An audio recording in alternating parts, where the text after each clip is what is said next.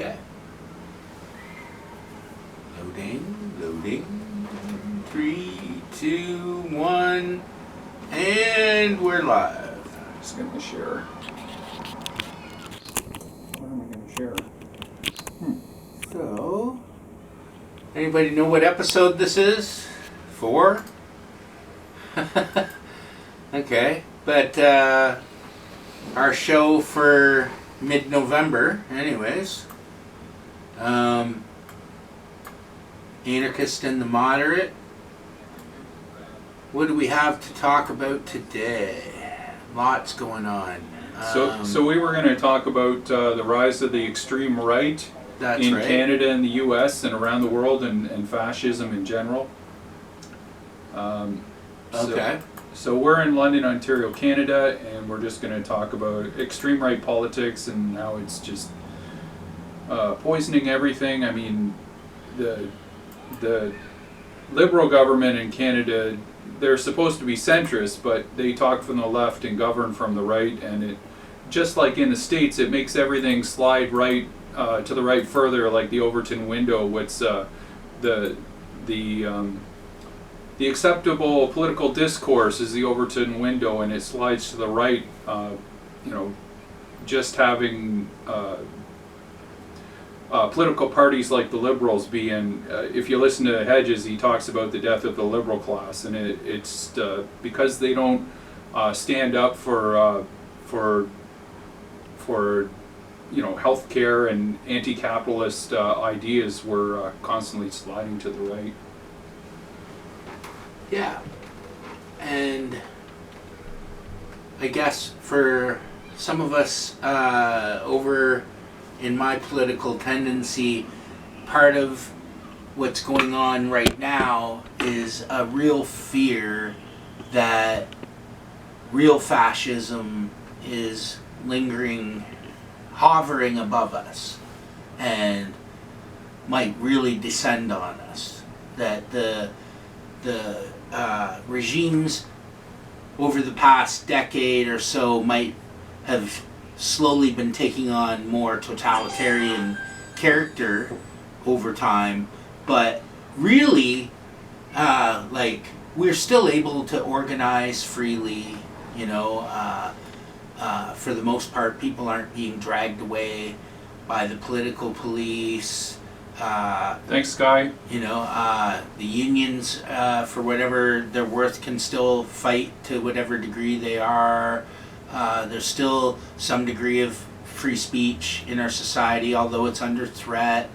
So we do still have many of the, rights and privileges in the position we're at to be able to fight.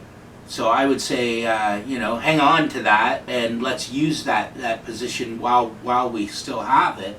But there is a real fear that one of the differences with Trump coming in is it seems to embolden what we like to call the boneheads, the real more fascist types, the real, not just people who say things we don't like, but the real serious fascists, the people who do want a society where corporate and government power are fused together, where things like civil rights and free speech, are sort of figments of our imagination, where people can be arrested and detained and that for the whims of the ruling regime.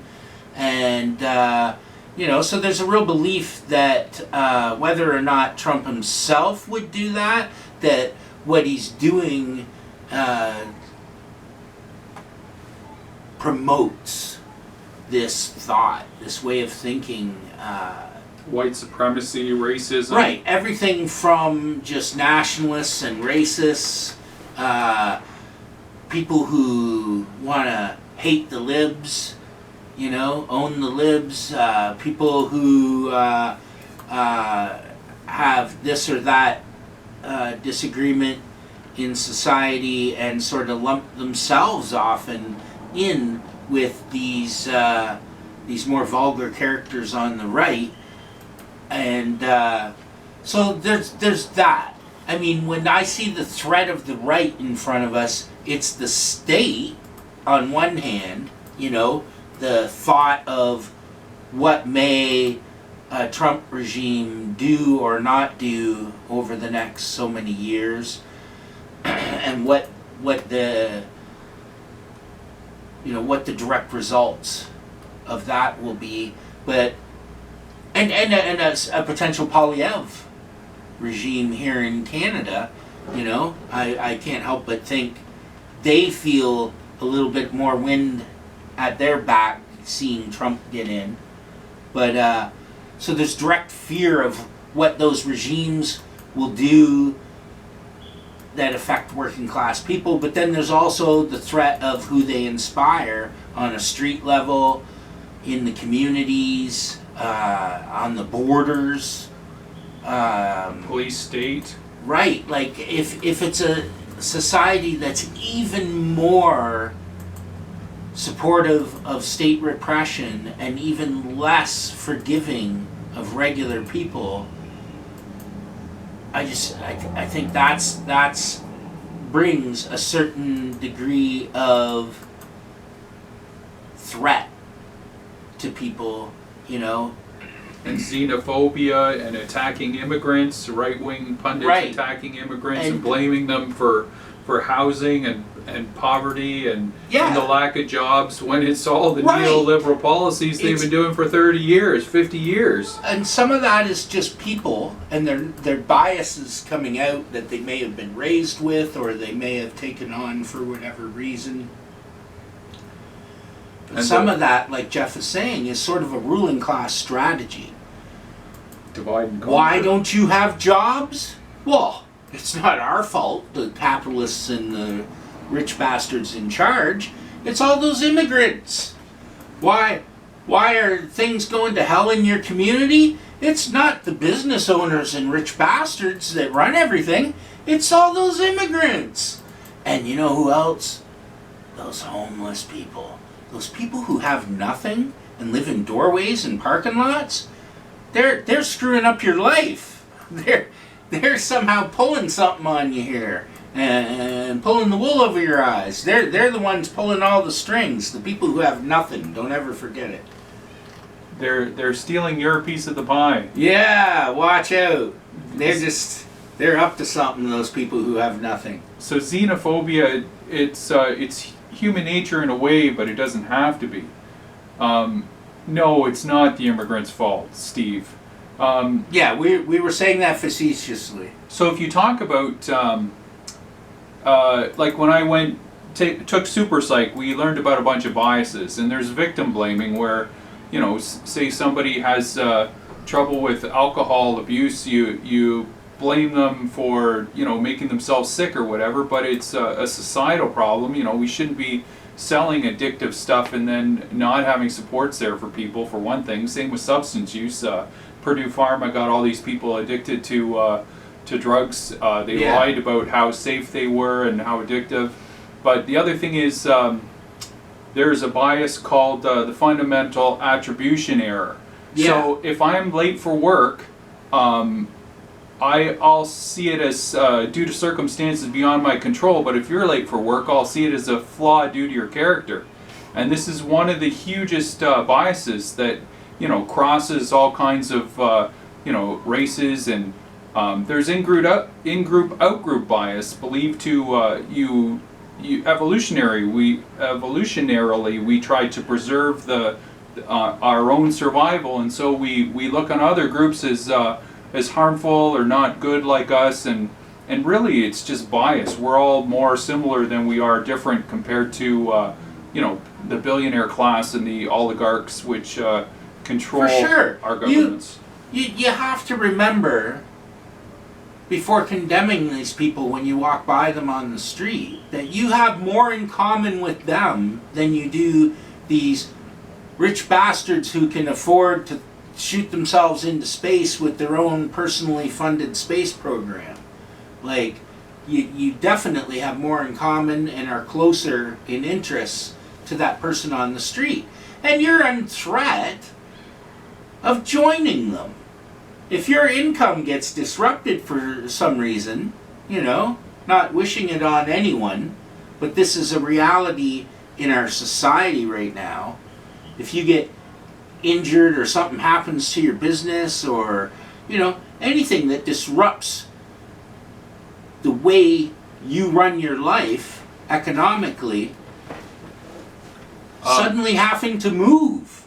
So just the idea of having to move right now is a terrifying thought for a lot of us, because where are you going to find somewhere at the rate that you get your place now? And so people are being pushed. There's all this stress on friends and family and whatever resources are out there, and people just trying to get by. And then the people who are roughing it on the street or down by the river, that community is growing. And then people are outraged at them and don't like that. But yet it's this push in society, pushing people into these predicaments like a big black hole at the bottom of our community, just sucking people in. And then people are outraged at the people that are getting sucked into the black hole. So Steve's just saying, do we support mass deportations? And we certainly don't. Mass deportations of the billionaire class. Yeah. So okay, you want to start rounding them up, say the top 100 people in Canada, and chuck them out into space? I'll vote for that. Our economy, the States is probably worse, but our economy depends on people, because Ford cut so much from universities, we can't fund them unless we have international students come, and they add $2.5 billion to the economy. It's not them taking up all the housing. There's so many housing per, in the States there's 28 empty houses for every immigrant or something like that, and it's the same here. One person, he owns most of the real estate in London, and half of it's empty. Yeah. So we should take that back. Yeah, let's stop letting these guys sit on empty properties like Farhi does as a business strategy. That'd be one good step. So what are we going to do with all these foreigners? Well, you know what? These foreigners become doctors and nurses.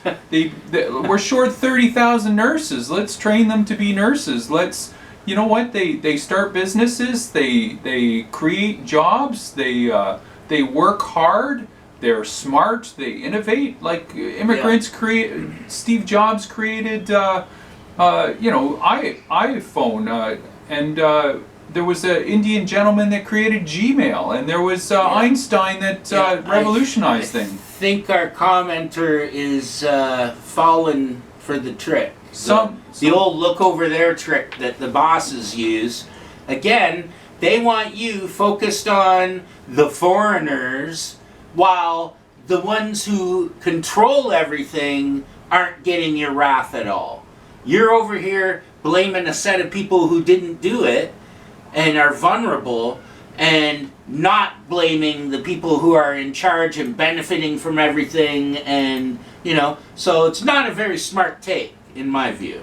And they're looting. They're looting the treasury while they're saying, "Look over there, the foreigners." Yeah. And looting the treasury, and they're doing all this fascist stuff. Yeah, don't trust those foreigners. And all those people who flooded into our country after our bombs fell on them. Some do work at Tim's, but you know what? They also they go work to all night over school. The place, man. They go to night school. They become doctors. They become lawyers. They become engineers. And they help enrich our society. And with their culture, we all learn and grow together. But it's not just that. Where was I going with that? The number, and just notice, since you're talking about the foreigners, the number of war refugees and displaced persons from the U.S.-led post 9/11 wars in Afghanistan, Iraq, Pakistan, Yemen, Somalia, the Philippines, Libya, and Syria is estimated at over 38 million. So if we're complaining about the foreigners, that might push you into the anti-war camp, I would think. And you should be helping us to stop Canada from constantly promoting and participating in some of these listed ventures that are producing so many refugees, that then end up in Western countries and some people think are the big problem, which we don't agree with, but we're saying if that really is a problem for you, you should be opposing our promotion of war. That would be my conclusion. Yeah, like and then those 38 million less people trying to find a home in the West. So, sure, some of them take jobs at Tim Hortons. Yeah, those highly sought after Tim Horton jobs I think that we all want. I think sure. You know, Ford has let in more immigrants because he likes the cheap labor, probably, and so do corporations. Yeah. That's driving that. But you know what? We've been complicit in like look at Ukraine. We supported the putting Putin in a corner. 2024 living wage rates. Sorry, Jeff. That's okay. We're just seeing the newly released Ontario Living Wage Network has the new living wage rates for different regions in Ontario. Greater Toronto area, $26 an hour you gotta make to reach a living wage level. Ours here, London, Elgin, Middlesex, $19.50. So please don't be telling anybody to shut up on our live stream, okay?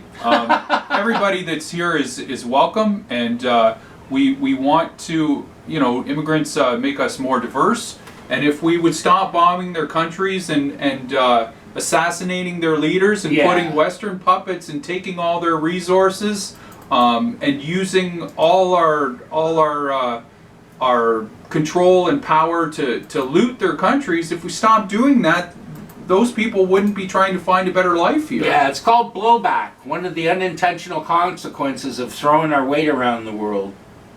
And Canada's banks, Eve Zangler's written about how Canada's banks have laundered all this money for us. So we've been complicit in oppressing people. Look how we were quiet about the genocide going on in Gaza. We won't even recognize Palestine as a state. Our friend here will be complaining about all the Palestinians over here. And yet where are we when it comes to our role in promoting a genocide in their country? So they're getting pushed out of where they're from, and we're okay with that, and then complain when they come to the West, you know? There's just no logic. But to wrap up this line of argument, we do not blame the foreigners. Immigrants. The immigrants, however it's being portrayed to us, this is not anything that we accept. We do not feel that people coming new to our country are the problem here. I think where the moderate and the anarchist agree is the problem lies with the people who are running our society, the political figures, the capitalists, the corporations. You know, where does the real power in our society lie? Who has had power to shape our society over the last 25 years, over the last 50 years? Who has had the power to have things turn out the way they want, the way that their power is pushing it? How did the opioid epidemic get unleashed on us? How did a drug anyone with 3 working brain cells knew was highly addictive get released into our community and told it's safe? How did poverty get so expanded in our community? Yeah, I mean, there's always been poor, but it has not been like this, right? How did all this happen? Who's benefiting? Who's had control?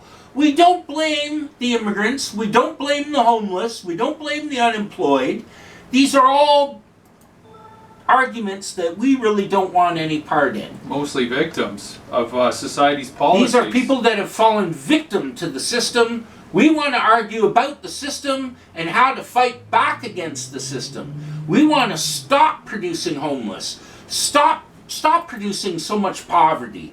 We want everyone who's here to be welcome and included in our community. We are a community that needs to stand up together and for each other, meaning all of us, not except some. I mean, if I'm excluding anyone, it would be anyone who's rich enough to have good influence who's not. Yeah, maybe that. Don't vote Conservative, then vote Conservative. That's the worst of our problems. Yeah, I mean, and this is the fear that we were talking about at the beginning, is we're at a point where all these problems are boiling, and you get some people who want scapegoats. They want to blame the immigrants. They want to blame the homeless. They want to blame the poor, the unemployed. You know, it's easier to just point at someone and say it's their fault and not look at who's really in control and shaping our society. So real Canadian patriots don't support mass deportations. Was that a comment? Oh, that's that guy.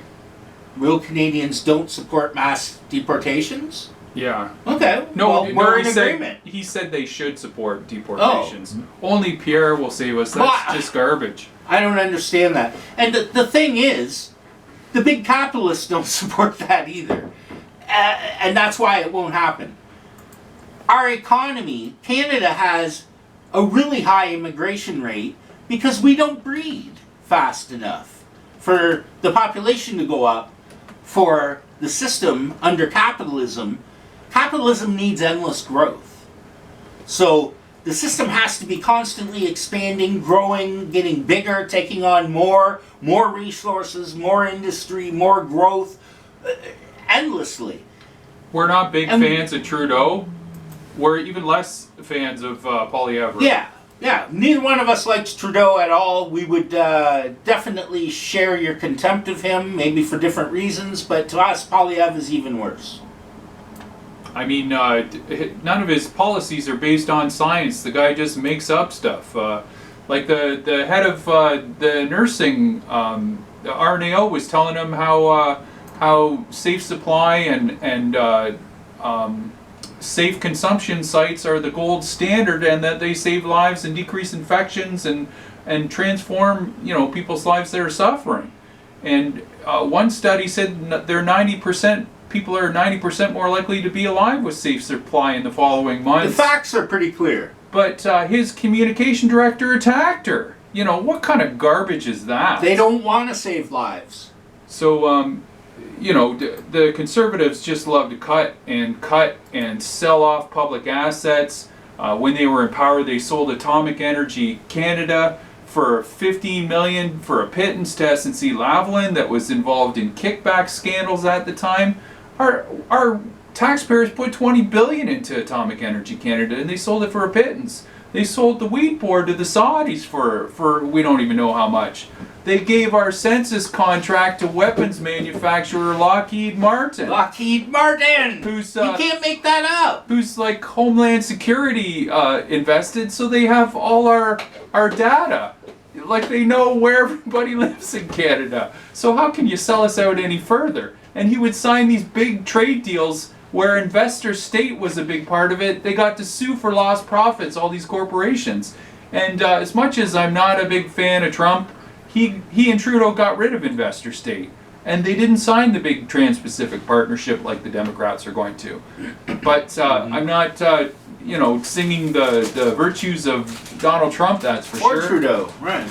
But we know that Conservatives just like the big trade deals that sell us out and sell out workers. Like, you'll never see Pierre Poilievre on a picket line, for God's sake. Are you kidding me? And that's where we come from, is support for the working class. Meaning, people who either have to go out and work for a living directly, or, excuse me, so people who go out and work for a living are in the working class, or people that are dependent on that. People that are in the family. People that... someone who's retired, with grandma's living with you, or children, or, for whatever reason. Someone who's dependent on state benefits are working class. The homeless. These are all working class people.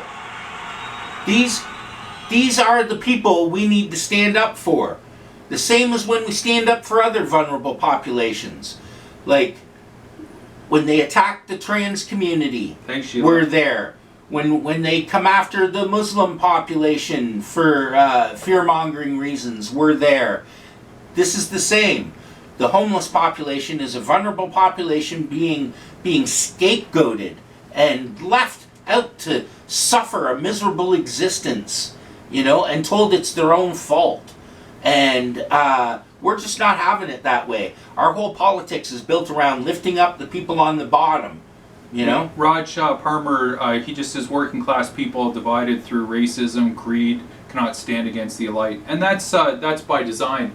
But that's how they want it, divide and conquer. And we're here to say all people, all races, however you identify, working class people together. Mutual, how did we word our thing? Solidarity-based solutions. This is what we're all about now.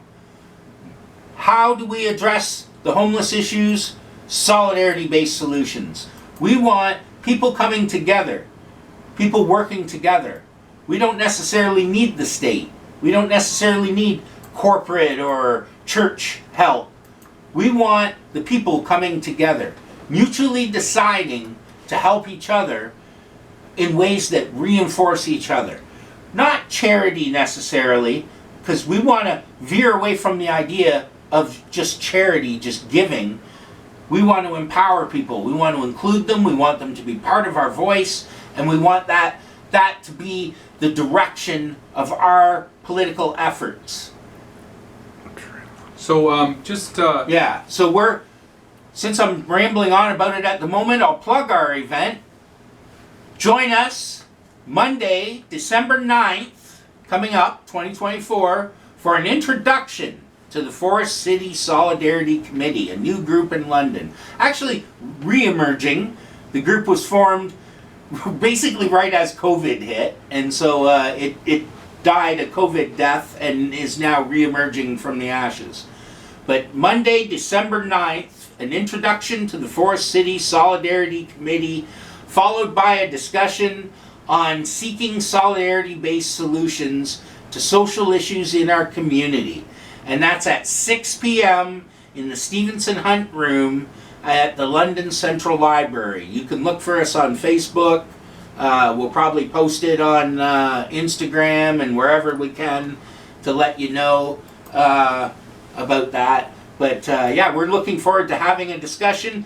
We see a crisis. We share that with the haters in the neighborhood. Everyone sees it. That's for real. We're not trying to say there's no crisis. We're saying there is. But we don't see a solution. Right now, they want more cops, more arrests, more court costs, more jails, more people in jail, in an already overrun jail. So when social programs critically need funding, we're giving cops money to have like a training center or a second armored vehicle. This is it. Are you kidding me? We have a massive police force in London, and well paid, as we know, much of the London police force is well paid. So this does not seem a solution to us either. We really believe that money and effort and time needs to be devoted towards helping people, towards actually trying to solve this. Frontline workers. Frontline workers. Yeah, why isn't some of that money going to frontline workers? Okay, I'm looking at up here, OntarioSunshineList.com. The Sunshine List means a list of people who are making $100,000 a year or more in a public job, so paid for with tax money. City of London.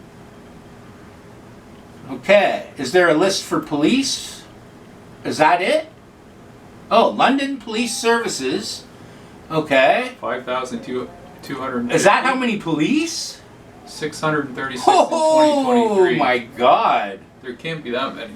Oh my Lord. That almost seems unreal. A couple quotes I wanted to re-emphasize. 5,000 police.